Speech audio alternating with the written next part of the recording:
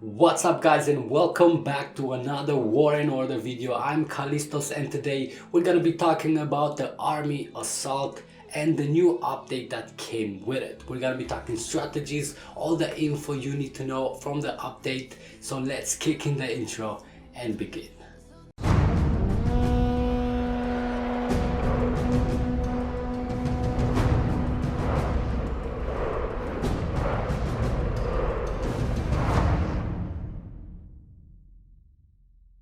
Okay, so right out of the bat, I can say I love the new update as it brings more variety to the event. I already liked it before, but now you have way more strategies involved on how you do every single stage, and there's a lot of other things coming with it.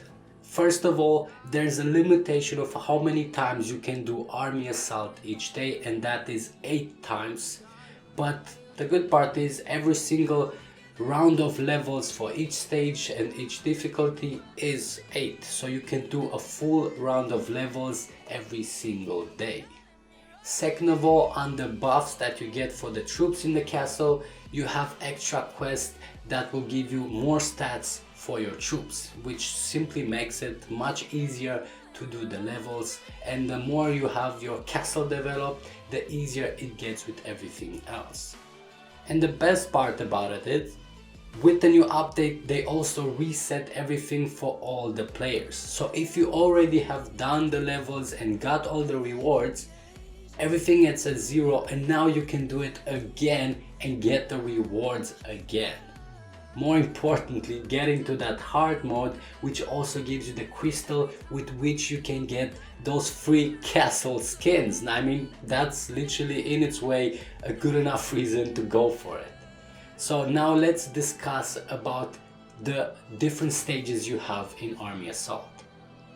Okay, so now we have 3 stages for the Army Assault. First you have the Battle Oasis, second you have the Brutal Sands, and third the Polar Iceberg. Each coming with their own strategies, and this makes it so much fun. Now Battle Oasis is pretty much what you already knew from before. If you already done Army Assault before the update, this is what was before there. The strategies remains basic, and let's talk about it for anybody that hasn't played Army Assault till now. The main concept here is to attack and occupy all the enemy buildings, including castles and towers. Once you have reached that, you become a winner. By sliding from the castle you own to where the objective is, you can send troops to occupy it and also reinforce the buildings that are already yours. The last thing to talk about is that you can send a different amount of troops each time. Under, you're gonna be having a level of 25, 50, 75 or 100% on the troops you're gonna be sending from that specific castle. So if I'm selecting 50% and I start sliding to send the troops, only 50% of the troops inside that castles will be sent, and then I can swap again to 100 to send all of the rest.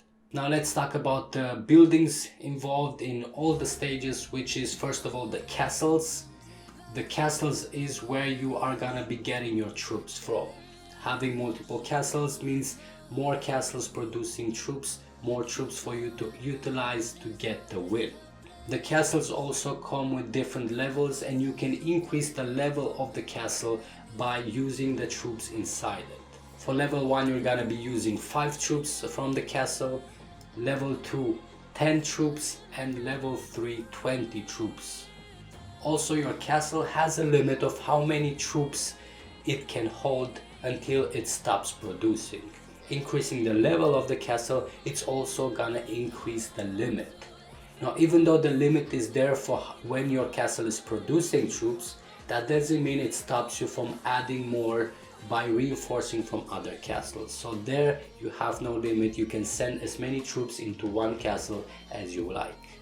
Second of all, we have the towers. They have an attack range, and any troop that comes inside that range is gonna be attacked, and the more time you spend in that range, the more damage it will give to your troops. If it's neutral, it's gonna be attacking any type of troops, whether it's yours or from the enemy. And if it's occupied by one side, it's gonna only attack the other side. This again is a building that you can occupy and use it to your own advantage, and a building that you can also upgrade for increased damage. And last but not least, we have the support tower. Occupying this building is gonna increase the stats of all your troops, so it helps a lot to boost up the power of your attacks. And again, it can also be upgraded in later stages for more stats. Okay, so now let's talk about the basic strategies for Battle Oasis. Well, first of all, focus on your castles. The more castles you have, the more troops will come with it. One thing to take in consideration, as much as increasing the level of your castle is gonna produce more troops much faster for you and therefore give you more power, once you click upgrade, it's gonna consume troops to do the upgrade. So always make sure that your castle does not become vulnerable and you are ready to reinforce it from other castles before upgrading. Otherwise, you might end up losing it and therefore resetting the level back to 0 once the enemy will occupy it. If you feel outnumbered on the map, the one good strategy to wait for is letting the enemy attack first. They will try to get the neutral objectives on the map, and most of the time they will not succeed from the first attack. And that's when you come in, let them attack first, and straight after make sure your army arrives on time to take the objective pretty much for free. Like that, your enemy is gonna waste troops helping you to take the objectives. Always try to bring the troops forward. So if you have castles on the lower grounds and then you occupy the next castles in front of you, once you start moving forward in attacking the enemy, make sure that the first castles are sending troops to the second ones and so on. Like that, your enemy cannot take the castles once you send all the troops out, and if he does want to go for the back castles that you have, you can always reinforce it much faster than he can get to it. Second, you always try to focus on getting those support towers, as the extra stats definitely help out on the long run. Third of all, the front castles.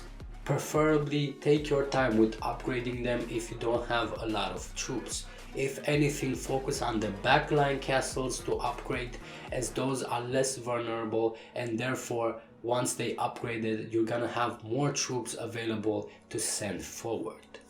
And last tip I can give you is the enemy castle will always react when you are attacking one of their structures, which means you can use that to your advantage by sending the least amount of troops attacking one of his objectives very far away to make his main castles send the majority of their troops out to defend it. Once you see him do that, then you can use the majority of your troops to take all his castles away. And even if the army is still left in the objective that he reinforced, once he doesn't have the castles, he won't have any extra troops, and you are in a much better position to finish out the map. And with all this out of the way, I think we got the basic idea on Battle Oasis, so let's move on to the sands. Now, the reason why I started with Battle Oasis, and I would advise you to also do the same, is because the strategies we had there will also apply here and also to the Polar Iceberg. The other stages will just add extra stuff to it. And for the sands, the extra strategy here is you're gonna have flagged structures included. Now, the way the flag structures work is simply another extra way of how you can win the map. Occupying all of the enemy structures will still get you the win, but if you occupy all of the flagged structures, will automatically give you the win also. So first of all, make sure you focus on that first, as most of the time it's usually the easier way to win. And second of all, make sure the enemy does not take all the flag structures while you're trying to focus on taking his, as that will give him the win and not for you. And for the polar iceberg, we have an extra strategy added on how you can win the map, and that is with gold production. You're gonna have structures on the map that once occupied, they're gonna start producing gold for you. And once you reach a certain amount of gold, you are the winner of the map. So again, the same like with the flag structures, it's very important to focus on this and this only, as the gold is the main way to win the map. Now, whether it is about the flags or about the gold, you can always use that to your advantage by catching the enemy off guard and taking his main structures while he tries to go for the flags or the gold structures.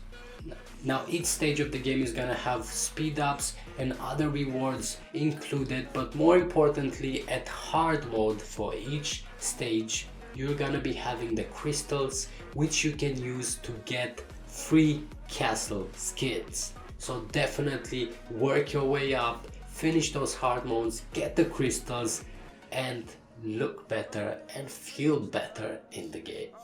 And with this, guys, I'm gonna finish up the guide. Thanks again for checking in. Remember, for all the new players that just started War and Order, in the description you have a link from where you can install the game, and more importantly, you have a free gift by adding Kalistos in the game pack. But that's it from me, guys. Remember, if you enjoyed this content, leave a like and support the channel. Subscribe to get notified of all the new videos coming out. And of course, I'll see you guys in the next ones.